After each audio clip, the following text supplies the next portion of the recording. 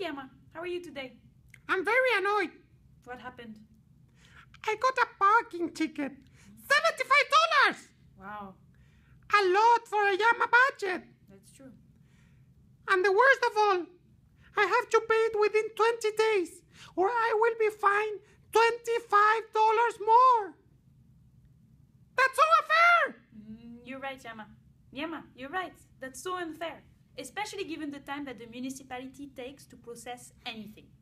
So, in my city, the fines are, okay, a little bit higher, $100, but first, they don't fine you if you take more time to pay, and second, they even give you a huge discount if you pay before 20 days. $25 discount. Wow, such an opportunity. Hello, Mr. Mayor. Thank you very much for your time. So this conversation with our friend Yama was just a little joke to help us discuss a larger problem, namely how to increase fine collection for parking tickets in Boston. We believe this problem can be deconstructed in 3 parts. To start with the first one, intention. People might not pay because they don't have the intention to pay. Either they might perceive the payment is unfair, or they might perceive that it's fair, but there is some reluctance to actually do it. Here we believe that framing can play a huge part. As we saw with the Yama, framing the payment as a discount to a fine versus a late fine payment could have a huge impact that we would need to test. A second thing we could look into would be to give a questionnaire with the fine, with a question like, where do you believe public spending should focus in priority for the next budget?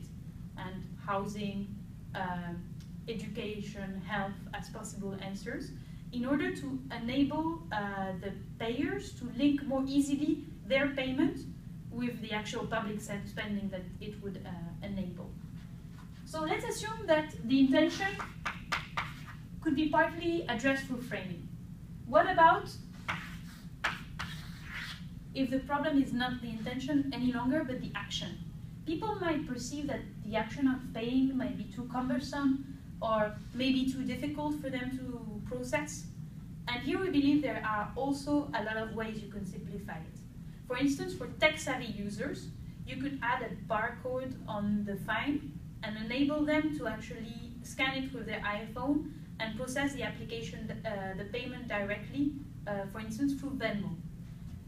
We saw that your administration just released an app without barcode scanning. That is a first step in this direction. A second step could be addressing the non-tech savvy user and give an envelope with a stamp with the fine in order for them to mail it directly after throwing a check in it. So that's other possible solution. But then what about if people have the intention to pay, they know that the action of paying is easy, but they still don't do it? Here we believe that this intertemporal irrationality could be addressed as well with a commitment device mechanism, such as sending reminder emails to people who have logged on the application once but haven't finished it to remind them to process the payment. That this kind of processes could also play a role. So to wrap up, if we looked at those 3 aspects, we believe that we could potentially decrease the probability of people not paying their fine, increase the probability of people paying their fine earlier, and finally save public money on the cost of collecting those fines. Thank you very much, Mr. Mayor, for your time. I look forward to hearing from you.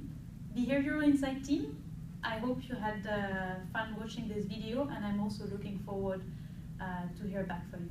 Thank you for the opportunity.